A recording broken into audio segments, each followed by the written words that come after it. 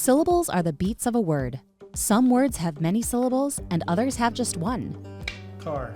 A great way to learn syllables is by stomping or clapping to attach a sound to each beat of the word. In the syllable race game, players advance by tapping out syllable sounds for the image on the card and moving their dog that many spaces. For example, elephant has 3 syllables, so the child moves 3 spaces.